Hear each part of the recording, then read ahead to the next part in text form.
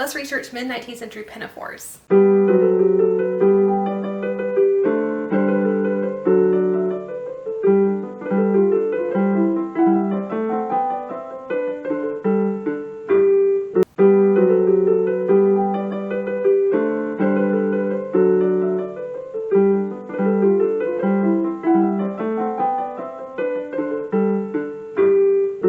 My name is Caitlin. I'm a living historian who educates other living historians by teaching old-fashioned sewing skills and copying original garments. Usually for the 5th Monday of the month, we do Mending Monday, and I actually already had it filmed, and we went on a trip over the weekend, and I was going to edit some on the trip, so I brought my little SD cards, brought my whole little roll of them, which are in the same little case, which I now think is probably not the best idea.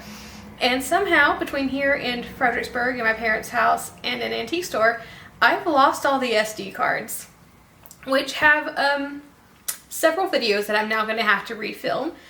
We have several people looking for us just in case it just got dropped along the way, but so I lost that footage entirely. Some videos are going to be able to be pieced together because I have enough already on my computer that I can just figure out how to do that without showing it.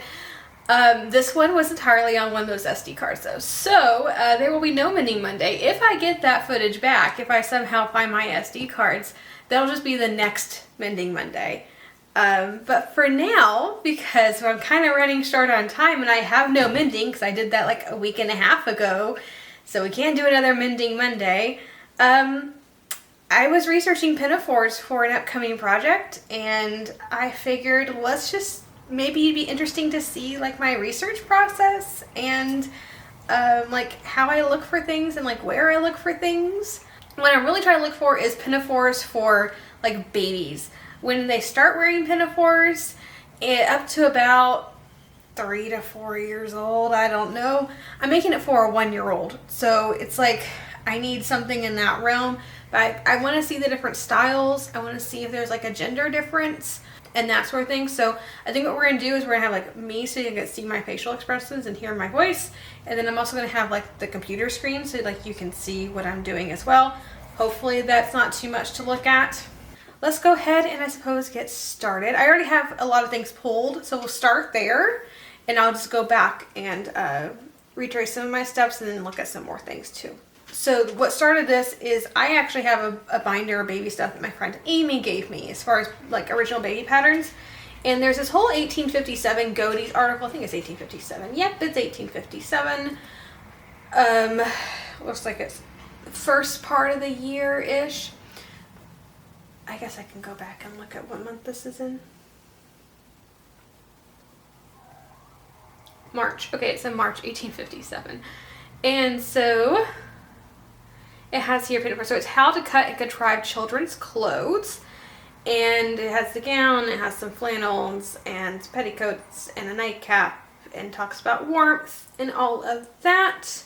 But here's the first pinafore. It doesn't really give an age range, but it just says we have an engraving for the prettiest shape of this article that we've yet found. It's made of bird's eye diaper, just recently made one, trimmed with work.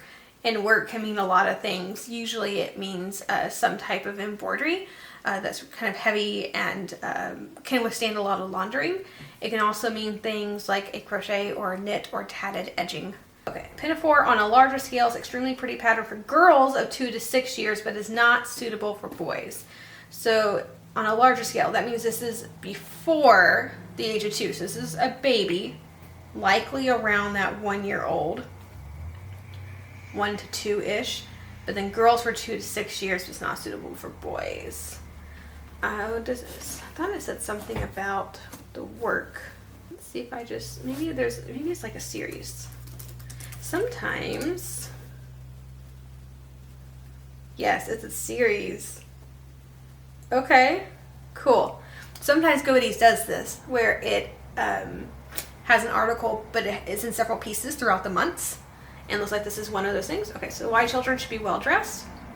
Oh, that is nice actually, because fancy stitches for trimming infants' dresses. So the simple chain stitch, herringbone stitch. So I'm actually curious because I see in the late 1860s a preference for the feather stitch over the herringbone stitch for things like flannel. And I've always been curious of when that change switches over. So this says the herringbone stitch, and this is 1857. I think it's 1866 was the earliest I've seen the feather stitch for children's wear. Okay, so that's just another piece of the puzzle. So it looks like 1857 we're probably still using the herringbone. 1866 maybe using the feather stitch. So that's just another piece of the puzzle. I'm always curious about the late 1850s, so that's nice. Look at the diagram for a lady's dress. Okay, let's go further down. Okay, so here's a little shirt. Yeah, the close shirt. Same shape for boys and girls.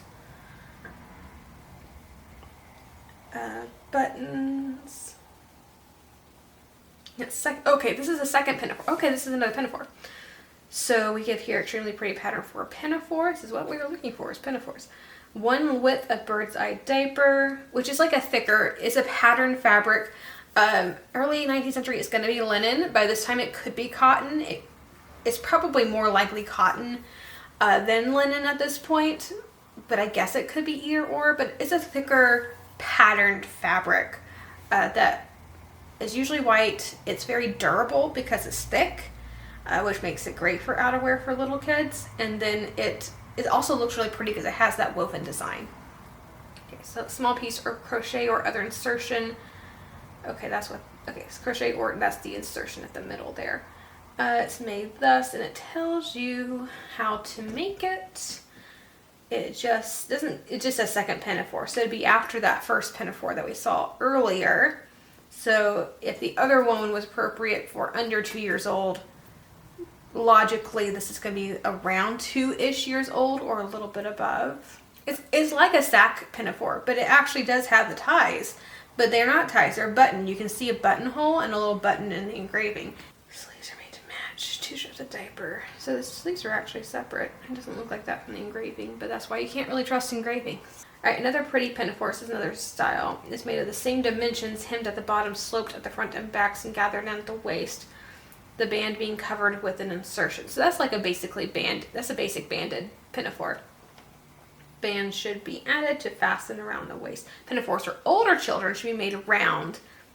That is sewed up behind. For boys, the proper material is brown holland, which is kind of like polished cotton, but it's usually linen, which may be trimmed with white cotton braid. The front is formed by box pleats. Okay. Belt of woven silk. Somewhere in this, because I was reading it in the printed out version, it actually does say that this is written specifically to like middle class parents. So it's not necessarily meant for working class, but it is not meant for the upper classes either. And when I made up the first pinafore yesterday, one of the reasons I chose tatting was because of this paragraph right here. So we particularly recommend tatting as the strongest, the neatest, and the best of all trimming. It says for children's drawers, but it also does somewhere else say something about tatting, knitting, or crochet for just in general kids' clothes. Dress patterns, yeah, you can buy dress patterns from Godey's. So Peterson's is better for patterns because they put the patterns in the magazines, whereas Godey's you have to send out and purchase patterns separately. Godey's had other things to commend it, such as the house plans, really pretty engravings. It has the 2-layer fashion plate, but if you're looking for more patterns, Peterson's is where it's at. I don't show a lot of Peterson's. I have, in fact, up here you can see I have, this is just a website, and it takes you, here's like almost all of the Peterson's from Hattie Trust, and it's just all compiled. Apparently I didn't look like I was human. Yeah, there's all my Peterson's. So I can go to like 61, 62, and there's 57, and yeah. And I have the same thing for Godey's over here. Let's see, cuts and contrives. So is there any more? Yeah, this just shows the engravings in the book. Okay, material for little girls' dresses. Okay, pinafores. Pinafores made with very little trouble be made as pretty as dresses without sacrificing their useful character. For afternoon wear, they may be made of checked muslin, made round, almost like a frock, but without sleeves, drawn in at the waist and trimmed with a little imitation Valenciennes. I have a hard time pronouncing that. Edging. Holland pinafores for the morning may have a tight body, it means fitted, and be trimmed simply with white cotton braid. I could also search pinafore. This is a good little article, making clothes with a view for future growth. Like, that's a great article to read. It's really short. And then altering the mother's dress for children. That's another good one. Baby's wardrobe. So it tells you how to make them. Oh yeah, here's the spot where it says decorations. Yes, the trimmings that can be readily be made at home are edgings, insertions, and crochet, knitting, and tatting. So it's just like in general. That's one of the reasons I chose the tatting. And there's the first shirt that's open. I always like looking at all the patterns and such. My AC is about to go on, so I'm going to turn that off. I can roast for half an hour longer, it's fine. Oh, there it is. Okay, we've already read that part. Okay, so let's see. Let me pull up the images that I pulled earlier. So, not all of them have pinafores, but we'll look at the ones that do. That's a cranky little girl without a pinafore. This little one, which I'm pretty sure is a boy, has pinafore. It's really hard to see. You can see how short his dress is, and he definitely has a pinafore over top. It looks like his sleeves are rolled up, so I don't know if the pinafore had longer sleeves or what exactly that is. It's fairly fitted throughout the body, but you can kind of see he's pulling and tugging, so it's likely one that he doesn't quite fit in anymore. It looks like it might be open in the back. It's definitely more fitted throughout the bodice area. So there's that one. No pinafore, no pinafore, no pinafore. I like this one actually because it shows a baby in all of its underwear. Look at the little stays. So cute. There's a baby. This was me looking at whether babies were wearing drawers or not. That's what most of this is. Okay, this is a good one. So we have 3 babies. Well, 4 babies. Baby, and then 3 others that are in dresses still. So baby looks like it's wearing a red dress and has a pinafore with sleeves. You see a little bit of a band of this dress skirt. Pinafore looks like it is gathered in at the waist a little bit, but it's really hard to tell. You can't really hardly see anything about the little one behind the chair other than the fact it looks like it's in a sack type. I call them sack pinafores. And I don't know, he may be 2. You know, you see kind of a skirt underneath, but he's wearing a white pinafore. Little one that's the easiest to see with the red stockings, which I love, definitely is not wearing drawers because the skirt's short enough where we can tell that. His is the pinafore that we can see the best. And it looks like there's some sort of work right along the hem, but it's just a white pinafore. And it is, you can see the gathers and the ties in that little casing, the running at the neck. It doesn't have any sleeves to it. It's a very simple style. But you can also see it's tied at the waist as well, but it's not as fitted around the waist. So I don't know if that's just strictly ties. That would be my assumption. It's just strictly a tie and not a drawstring where you can pull it in at the waist. I think it's just a tie. And then the little one over to the side, she also has red stockings, I suppose. So I guess I couldn't have used red stockings. Anyway, red dress. This one has a print pinafore. No sleeves. I can see tie at the waist. It looks a lot more fitted at the top. So it may have a fitted top and then just a pull in at the waist to kind of bring in at the waist. But hers is also not super fitted at the waist. So it could just be tying at the back and at the waist as well. Whereas his is more gathered and you can see the gathers. You can't really tell on hers, but it looks very fitted even across the whole bodice area. So that's going to be my assumption is that one's a more fitted one. Little one over here definitely has no fitting at the waist. It could be tied at the waist. I don't know. Looks like it's a little bit more gathered. That's probably my best picture of a pinafore. Okay. No pinafore, no pinafore. Okay, that one I actually really liked because both girls are very obviously wearing hoops. They're cute. None of these I don't think have pinafores. It's a little boy's dress. I picked it because the pattern was similar to my own. Yeah, none of these babies, I picked these images because of the drawers. And not being able to see. Okay, here's another one. Looks like he's wearing a pinafore. I believe he's 6 months old. But to me, this looks like there's a white dress, but there's a white pinafore over top as well. I'm seeing a line here that looks like the bottom of a pinafore. But it is quite hard to tell. I don't think I have any more images of pinafores. So, oh yes, I do. Okay, so this is that same sack style pinafore. From what it looks like. The one on the left, I don't think that's a pinafore. I think it's a sack coat because it looks like it opens down the front and it has really long sleeves. Not that pinafores can't have long sleeves, but to me it looks more like a sack coat. The other little one, because of the short sleeves, it reads to me more as a pinafore. But it also reads to me as a pinafore of a very young child, like the little ones that we saw in that painting.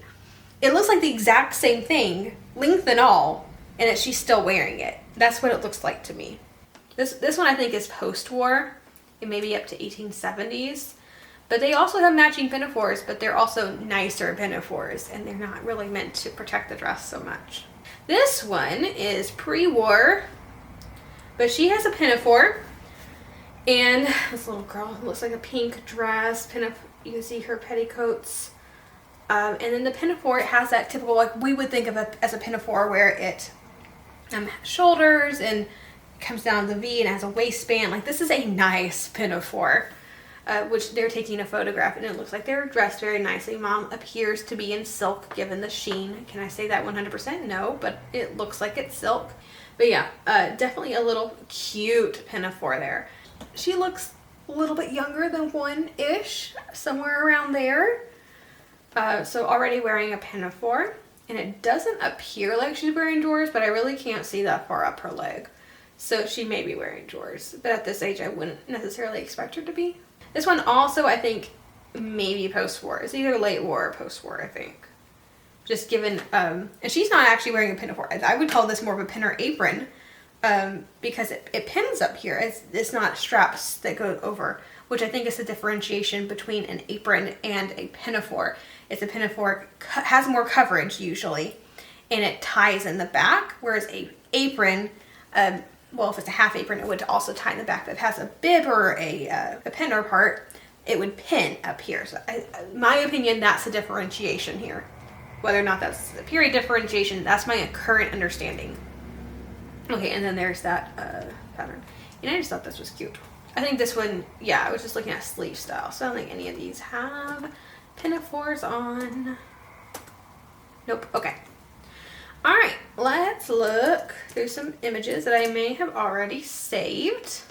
I save most of my stuff at Pinterest because I don't have the bandwidth on my computer to save all the images. So let's look starting in the 1840s.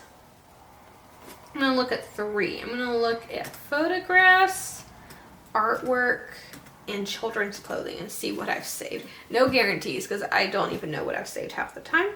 Ooh, there's a pinafore.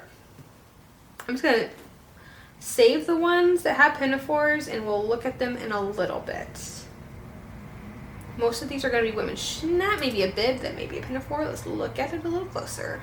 Okay, I don't have a lot of 1840s images saved. Let's just go through and see what I can find here. Paintings are probably going to be more likely to find pinafores. There's an apron. Folk art paintings for the win. Oh yeah, I forgot about that one. It's like one of my favorite paintings. I love that one. I don't know how I forgot that baby was wearing a pinafore. Yep, that one has a pinafore.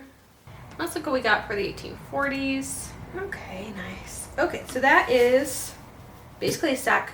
It's almost like a dress over the top of a dress. So it even has longer sleeves. Like the baby has long sleeves. This one has, the pinafore has elbow length sleeves. So it wouldn't really protect the sleeves, but if you wore it over a short sleeve dress, it would protect the sleeves more. It looks very loose fitting. I am starting to see a trend of maybe 4 and under having very loose type pinafores. This is something I'm noticing. I don't know if this is a thing or not, but I'm just noticing little ones in like sack type pinafores. But around 4, they start having the waistbands and they start being a little bit more fitted. Let's keep looking and see if that's an actual thing. All right, this is a bib or a pinafore. I don't know if we can really tell. If it's a pinafore, it is a tiny pinafore. That's why I'm leaning towards bib. Which were things. Like, they're in the Workwoman's Guide. You see them occasionally in Godey's and Peterson's. Bibs are a thing. Alright, we have... Alright, littlest one is in a pinafore. I love the fact he's in a white dress, but the print pinafore. That's something I haven't seen yet. I've seen print pinafores, but often with a print dress. That's interesting because usually our brains would switch it. We would put the print dress and put a white pinafore, and white pinafores are appropriate. But so far we've only seen white dresses with white pinafores. So this is a nice contrast. It has sleeves. It's about the same width as the dress. Nice little apron front, like just barely, but there's a lot of space in the back. This little one, I can't quite tell it, because it closes up the front. So I'm not entirely sure what's being painted. It may have some work or something at the edges. It looks kind of like lace or something. It could be like knitted or crochet or anything. That's 18. He has a toy, print dress, and print pinafore. And there's either trim or cording, cording on all the edges, which is very nice. Nice to see that contrast. What's going on with his feet? Are those just patterned stockings? I think those are patterned stockings. 1845. A little bit fitted. I like this differentiation in sleeves. So there's that more petal shape to the sleeve as opposed to just a straight sleeve. But it's that like big old apron front. Still a little bit unfitted. Alright, this is a little one. Unfitted. It kind of has that petal shaped sleeve, but you can see the gathering at the top. And it doesn't really go all the way down. It's just a nice little... I love that they painted one shoe on and one shoe off. Alright, this is great painting. Again, sack type. This one doesn't really... It kind of has like a sleeve, but not really. And it's not fitted at the waist at all, which would be normal for a baby. And let's see this one. Okay, this is another... Older boy is not wearing a pinafore that we can see. Older sister's not wearing anything. Baby, it's hard to tell. Little sister, sack type petticoat, ties at the waist, but no fitting at the waist. We're gonna make this type of pinafore essentially, but it's not gonna have sleeves. All right, and this is a pinafore. I love Van Dyke, Prairie Point, Sawtooth. There's so many names for this type of trim. It's one of my favorite trims. I made an 1830s dress where I did this type of trim, so I show you the period way to do it, or one of the period ways to do it. There's another pinafore. I think it's 1860, so it's going to come up when we look at other images. But it also has that. Okay, same thing. Let's go through photographs, artwork. Yeah, there's that one. And I love it because it's like different prints. Every other one's a print. But then the other off ones are made of the same fabric. So I think it's like the cutest thing. And it's so interesting that they did the contrast with that. It's adorable though. I think that's a sack coat. I don't.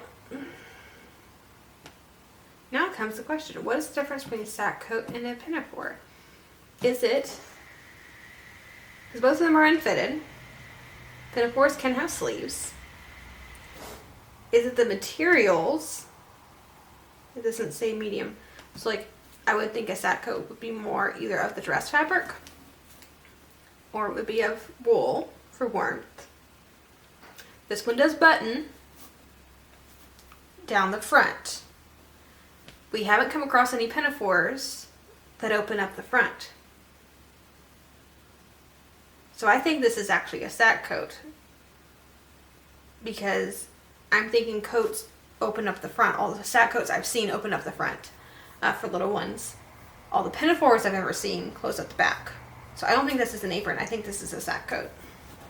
Met's notorious for mislabeling and misdating things anyway, so makes sense. That might be a pinafore.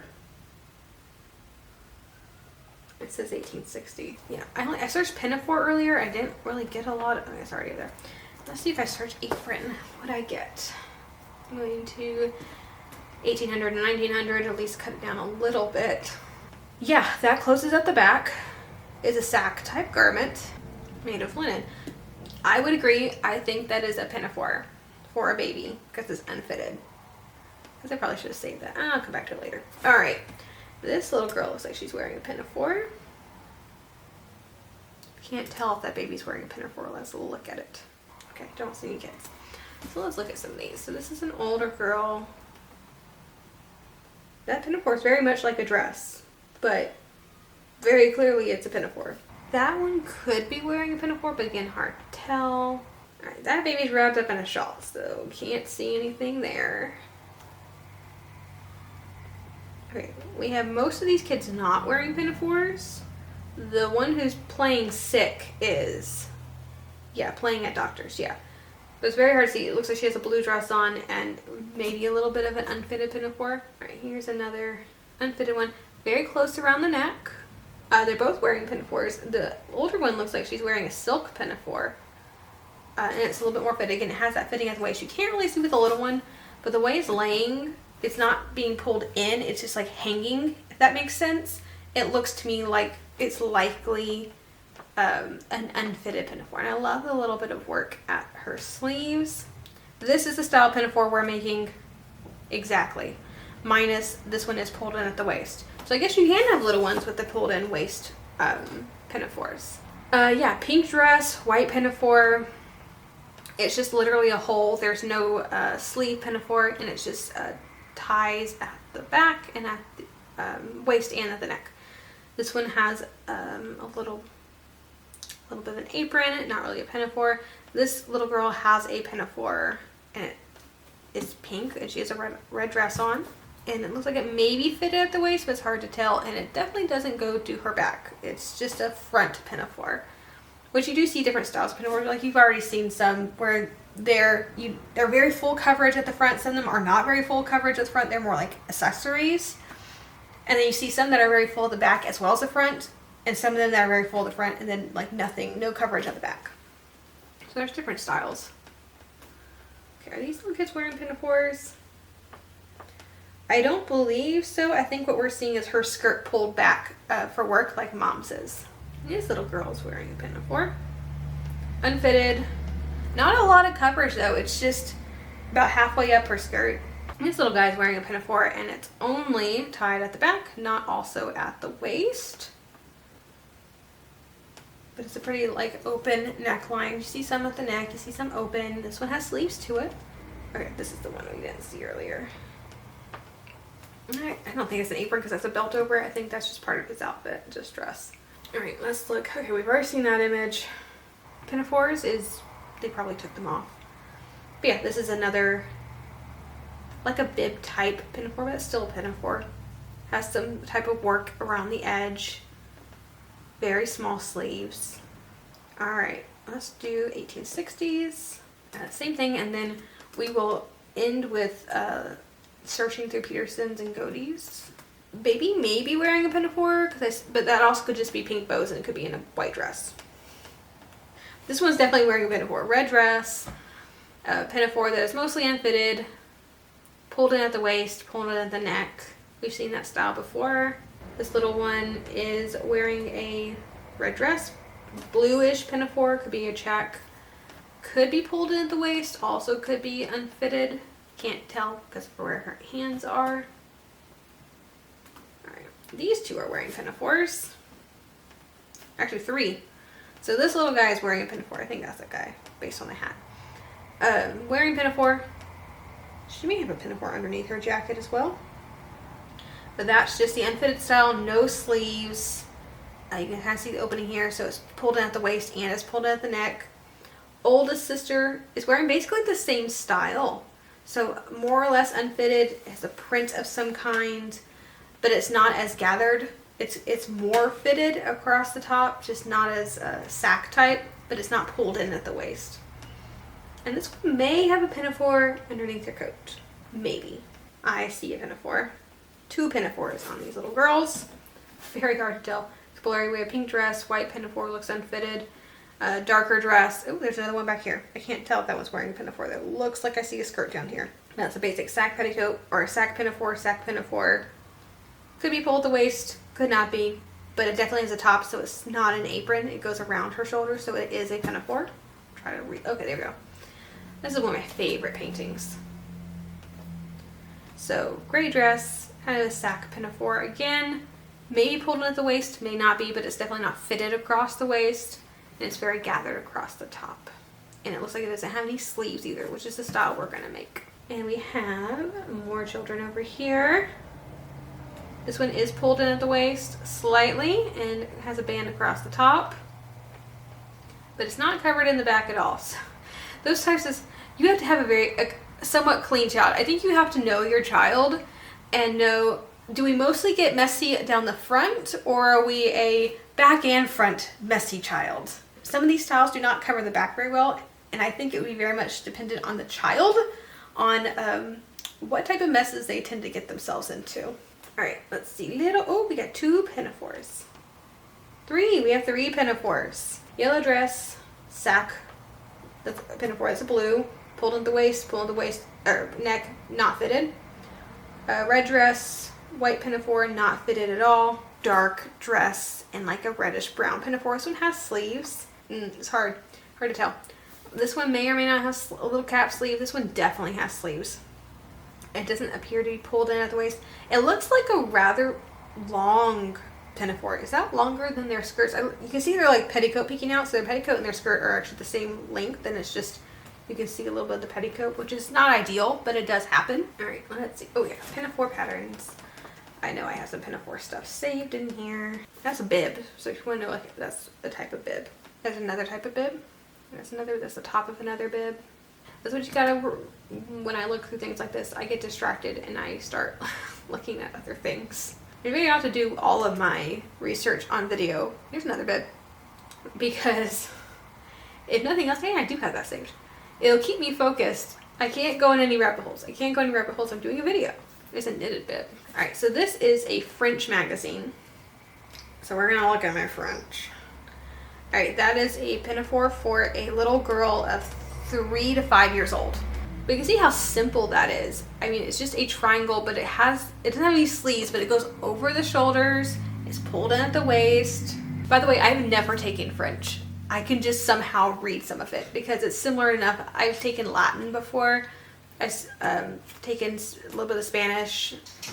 So like between all the languages I have studied for like a little bit, I can make sense of written French. But I can look through French magazines and understand what's being said. And part of that is because we use a lot of in the 19th century, we use a lot of French words for fashion, which I think helps me. But I have read through entire French magazines, and every time there's an illustration, I have been able to deduce what's going on very easily. So I think it's just similar enough to English. That's just a chemise for an infant of 1 to 3. There's a pinafore for an infant of 2 to 4 years. But yeah, that's just an unfitted sack style with little flutter sleeves. That's cute. That's an apron for a little girl. That's a corset for a little girl between 2 and 6. Also, look at this image and look at this image and see them completely transcribed, and this one transposed into this Godey's book. So yeah, fashion magazines, particularly like the American ones, like to steal from each other. Now the British and the French will steal from each other, and then like and then America will steal from both of them as well. So you'll see like the same images in different magazines, but sometimes they'll have different definitions and different words. So like this pinafore, which is exactly the same pinafore, it clearly says 3 to 5 years. This one says, oh, that's a chemise. It just says school apron. Not a lot of kids go to school between the ages of 3 and 5. Now they had infant schools, but that's different. And it says corset for a little girl. This one clearly said of 2 to 6 years. Petticoat, it just says child's petticoat. This one actually tells you, yeah, this one does say petticoat for a little girl. So I guess that one was right. And that's not unusual. Like you'll see something labeled as a ball gown in one magazine, and it'll just say dinner dress in another magazine. And again, you'll just see completely different years mentioned in some of these. It's hilarious to me. That's some pinafores. Let's see, this is an apron for a schoolgirl. This one doesn't have, it says made of silk or wash goods. Wash goods is just a term of things you can wash, which would mostly be cotton or linen. But yeah, that one has that really fun V, an inverted V for the waist. We'd call that a Medici. It's kind of a period term, but also they didn't call it that sometimes. It's another thing where you'll see the same image and they'll call it something completely different. It's the 19th century, our term. Oh, here's the same thing, but it's the whole page. All right, let's look at this infant apron. So this one actually has a bodice and a skirt, looks like. Ruffles. There's a ruffle for bottom of apron gathered into the belt. Front half of body, back body, front of yoke, back of yoke, half of belt. Does it tell you? Okay, cut the yoke to fit the neck. Okay, there's the yoke. Take twice the length of the yoke for fullness of the body. Cut the body and length of this waist and yoke. The body, the length of the waist from the yoke. Oh, that makes sense. Gather it into the yoke at the top and into the belt at the bottom. Put in the ruffle on the belt. So we're putting the ruffle on the belt. So the ruffle's here, not at the bottom. Okay, it's choice. White muslin or cambric. Embroidered bands look best. Plain material, the ruffle should be the same. Either short or long sleeves cut loose or gathered into a wristband. Okay, I'm unsure why there's this like armhole. This front of yoke. That's the side seam. That's the center front. That would be cut on the fold. Even though it doesn't tell you that, that would be. And there's the shoulder seam. So does this fit here? And that just continues to be a hole. But there does seem to be a sleeve. But why would the sleeve extend into the skirt? I almost see this as two aprons. And I don't know. Sometimes the illustrations are really off in books. So I could see this as the front and the back yoke and the belt, and then that ruffle being the skirt part of the pinafore, and then the other two just being a sack pinafore. That would be the most logical. Like, this is actually two illustrations, and whoever was transcribing it misunderstood. Okay, and we've seen that one. All right, let's look at advanced Google books.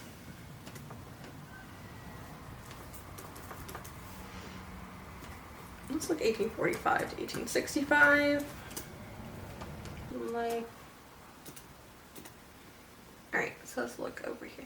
Sampler to make a pinafore. Ooh, what is this? 55. Cool. Join the breast, sew a seam if there are two selvages, or if ravel edges, sew and fell them. Hem the bottom and sides, turning down the first 6 threads and then 10. It's a very narrow hem. Gather the top, put it into a band. This has to be done in the first class. Okay, putting into a band. If there's a bib to the apron, hem it round and sew it to the band. Yeah, that's makes sense. I want to see what the first class is about bands, but that's different. I can't go there yet. To make a pinafore, join the breasts, having first seen that they are cut to the same length. Hey, are there pictures in this thing when it says like pinafore number 3? Let's find out. All right. Oh, it has directions for cutting pinafores. Number 1, the pinafores. Okay, so there has to be images somewhere. Why am I not seeing images? Okay, so the directions for sewing, directions for cutting are. That's why I didn't give you directions for cutting. Honestly, it wouldn't surprise me if I didn't give you directions for cutting. Ooh, there are some illustrations. What is that? It doesn't really say. Gores and sleeves. Come on, if it says number 3, number 2, number 1, like there should be pictures. I mean, the best way to see is just to cut it out and make one up, and like that would give you a really good idea. Is this there are directions for sewing and cutting it? Be fun to see. All right, I will put this book in the description for you if you'd like to read it further. First pattern, measure from the length of child's knee to the top of the shoulder. So it's a shorter one. Cut in Holland. Come here, Ginger. Perfect round. There we go. You baby girl. Yeah, so that tells you how to make one. Doesn't give you what it's going to look like. But again, it's one of those things you just have to make a pinafore. Like, it's going to be usable. Whether or not it's the style you like is a different story. But it will be usable and it will be a pinafore. The earlier book you go, the less of a chance you're going to get images. Alright, this is a pinafore. This is a little boy, isn't it? Yes, this is little boy clothes. Yep. Okay. Here's little boy's pinafore. You know that one that had a jacket? Maybe that was a pinafore. And I thought it was a part of the dress because it had the belt over top. Apparently. This is 1860. Apparently that's an option. Okay, that's going to be a little girl who needs to learn to... I love 19th century stories and their lessons within the stories. I bet we would get more results if... Oh yes, this is 1840. So how education would usually work is, you know, it was more like a call response. Like you would just learn things and then like to test you instead of like doing a written exam. It would just be answers. So of what are pinafores generally made, of Holland, what is Holland, a coarse kind of linen. What is linen made? Flax. What is flax? Annual plant. I love education books. I'll say that one for y'all as well. I think that might be interesting. Alright, directions for cutting out and making articles of clothing. Pinafores for girls and infants. Look the size and tells you the price of making, the length they need to be. Okay, there are plates for this. Plate 3, figure 3, made of fine white print, is a loose upper dress for a cottage child under 3 years old. I love that description term, cottage child. Plate 3, figure 1 is infants in long clothes. So okay, we can wear pinafores and when they're still in long clothes. So that would be before they're crawling. That was one of my questions actually. Plate 4, figures 1 and 2, more ornamental for higher ranks. All right, let's find the plates. Usually they're at the back of a book. Sometimes they're at the front. Sometimes at the end of each chapter. Plates. All right, we're at figure 3. It was 3, right? Yes, top half of infant's pinafore. That is basically what we're making today. That is a sack. There's a short pinafore.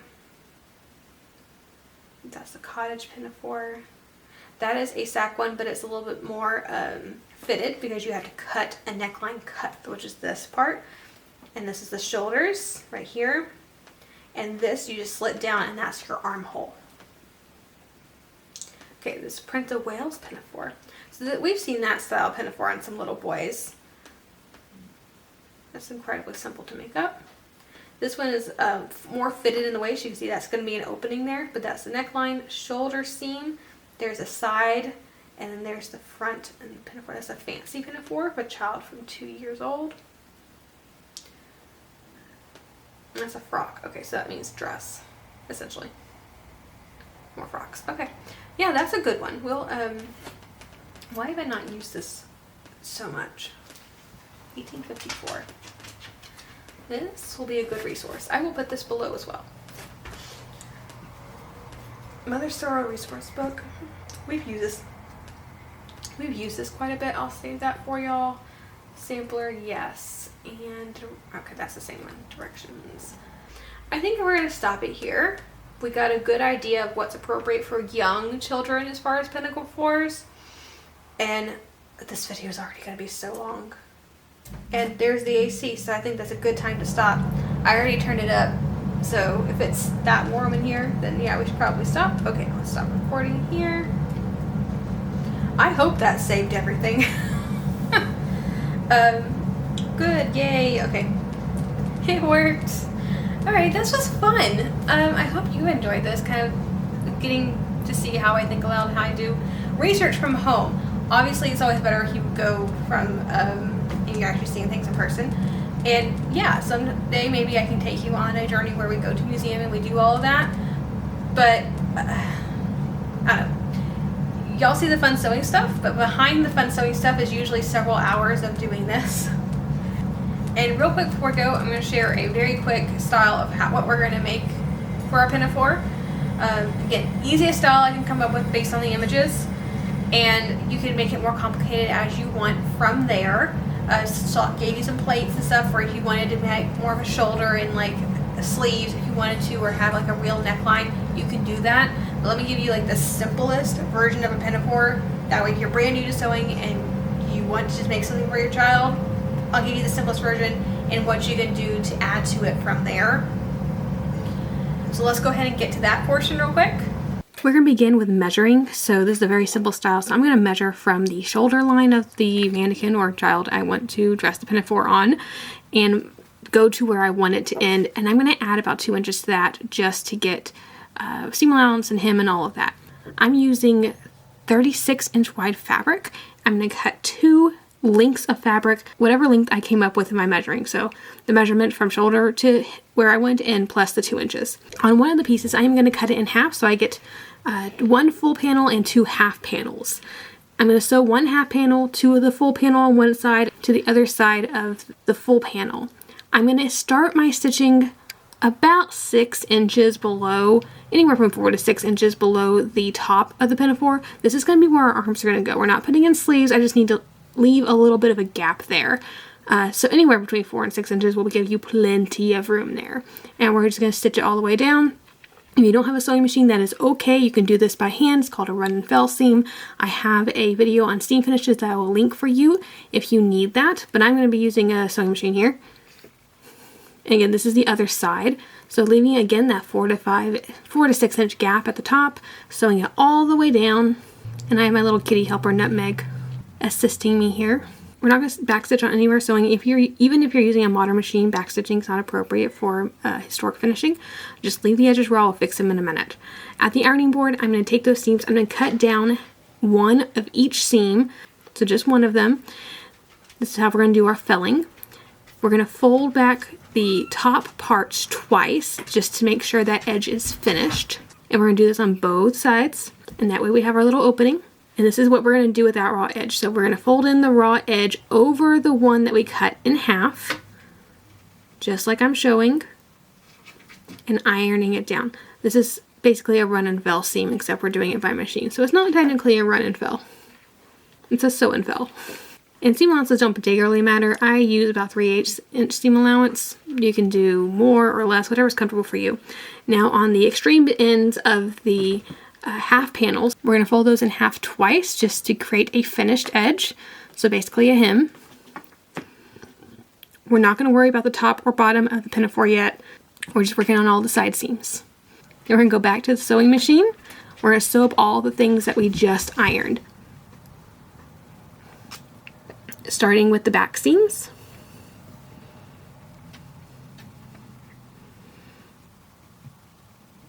Just run it all the way down. If you're doing this by hand, you would want to do a hem stitch, which is basically a slip or a whip stitch. We're going to do this on both half panel ends, and then on the interior seams, we're just going to sew that fold that we folded down to make sure it stays. So we're sewing the interior seams twice, basically. It makes it very sturdy because it's been sewn twice, and also the seam doesn't irritate anything because it's flat against the other parts of the fabric.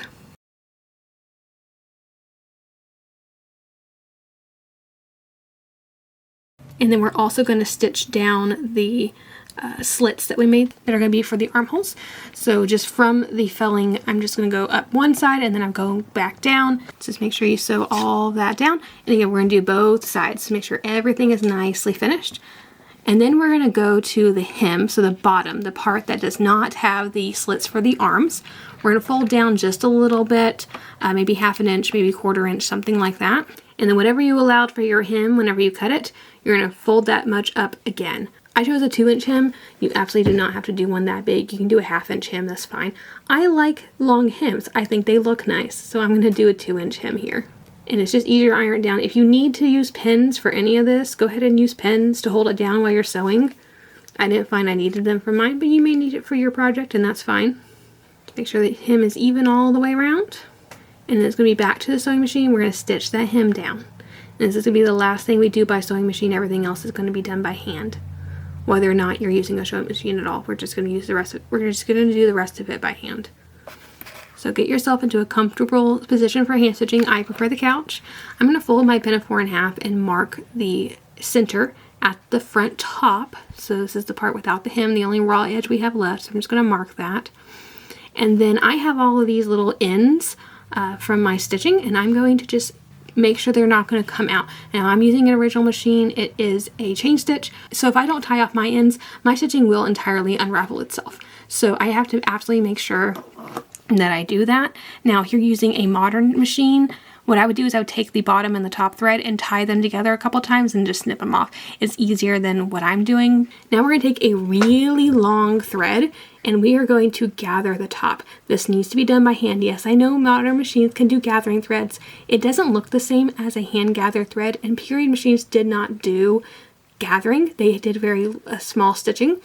And so there's really no period way to do a gathering thread. So I would definitely suggest doing this by hand. So we're going to take normal running stitches. It doesn't have to be big stitches, just normal running stitches. And we're going to go all the way across the entire pinafore. When we get to the slit for the arm, we're just going to keep going. Pretend that the slit isn't there. We're going to put the gathering thread, the same gathering thread, through all 3 parts, the 2 backs and the front.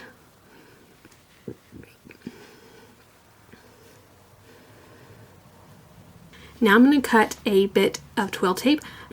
This twill tape should be about 3/4 of an inch to an inch wide. And you're going to do whatever you want for the neckline. I'm making this for like a 1 to 4 year old. This thing is very adjustable, so it'll fit a variety of children. So I'm choosing to do a 22-inch neck. You can adjust that as needed if you have the child there or a mannequin or something. I'm going to mark the center of that neckband, and I'm going to attach it to the center of my pinafore. So I'm going to turn under the neckband to where there's no raw edges. I'm going to attach them to the ends of my pinafore, and I'm going to pull on my gathering thread very gently.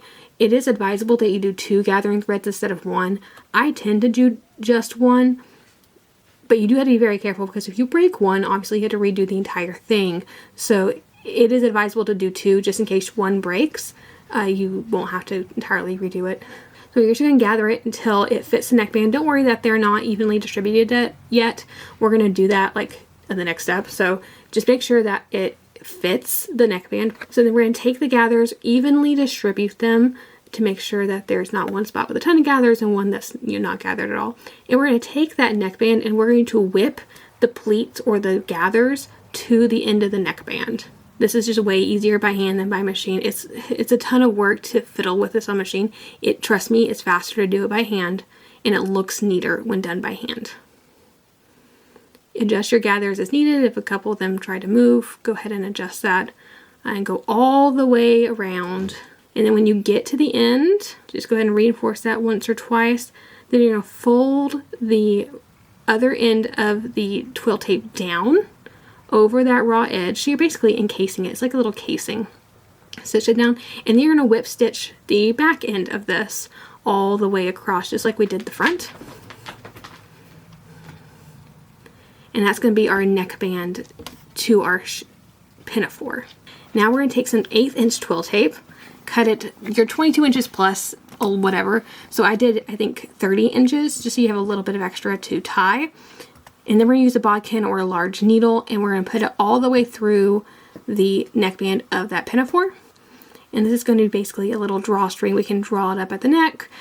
You can also, instead of doing the drawstring, just put ties at the end. That's totally appropriate. It's actually a little bit more common to do ties.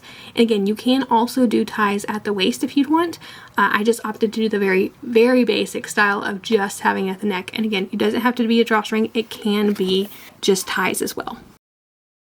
Alright, I have a mannequin here to fit our pinafore. I've already made a fancier pinafore. And the dress video and the pinafore video are the same video. It'll come out in a couple weeks. This is a nice fancier pinafore, like the one we saw in Godey's. I copied it exactly, actually. So it's trimmed with tatting, and it's just made out of diaper cloth. So there's that one, the first pinafore that was mentioned. But for play, we probably want something more like a sack pinafore. So this is how this would fit. Just fits right over the armholes like this, and like this. It's easier if they actually have arms. And then the back, this can all get fluffed up a little bit if you want. It doesn't have to be that much. Yeah, it isn't exactly the most flattering thing in the world. Again, you absolutely could add another drawstring, another casing to the waist side, and that would pull it in right here. You do see that. But for like play, you see a lot of these little sack pinafores. You can also do one with sleeves. I've seen that a couple of times as well. It's just, this is the absolute simplest version of a pinafore. Is it the most flattering? No. Is it the most protective of the dress? Yes. So if you have a messy child, this is probably what you want. And you can see how much better that already looks, like just to our eyes. So absolutely, if you want to do that, you can. And it wouldn't affect the fit as much. I mean, it would still fit a variety of ages and children. But that's our little very protective pinafore. So if you have a very dirty child, this is likely what you're going to choose. The other one does not protect the back at all. I can actually show you. It's just a frontal pinafore. It also has no sleeves. And it has a waist as well, so it just looks a little neater. There's like a neat appearance to it. So there's the back. You can see there's no protection here. So if a child's playing outside and sitting in dirt, your dress is going to get dirty. But at the very least, there's protection at the front. But yeah, that's a much nicer looking pinafore, but it's not as protective. And generally with pinafores, you're going to want something a lot more protective. And again, adding something at the waist would vastly improve the look of this. So if you don't like the look of this, go ahead and make it up, add a little waist stay to it, and that way it doesn't look as oof to us. This is like a smock, but yeah, you can absolutely pull it in at the waist, and that would definitely help. And it's not that much work to do so. It's just taking, I wouldn't do the 3/4 or 1/2 inch. I would do like a 3/8 inch tape. But there's our super simple pinafore project. Alright, I hope that was fun and that you learned something. Yeah, I think that's about it for today. So we did a good bit of research. We made a pinafore. And yeah, I'd like to do some more of these down the road, I guess. But yeah, this is kind of an impromptu because again, I lost footage. And so I needed a video for today, and here we are. So yeah, let me know if you like this style of video, if you want to see like more research and how I research. Yeah, maybe we can come back and do some live streams and do this sort of thing as well. But yeah, let me know what you think. Let me know if you like this idea of like seeing how I research and how I process things and that sort of thing. Maybe we can have maybe put some other topics down that we can do together. Anyway, if you enjoyed the video, please like, subscribe to the channel, click that little bell notification so you're notified anytime I upload a new video. And as always, have a fantastic week, and I'll see you back here in the next video.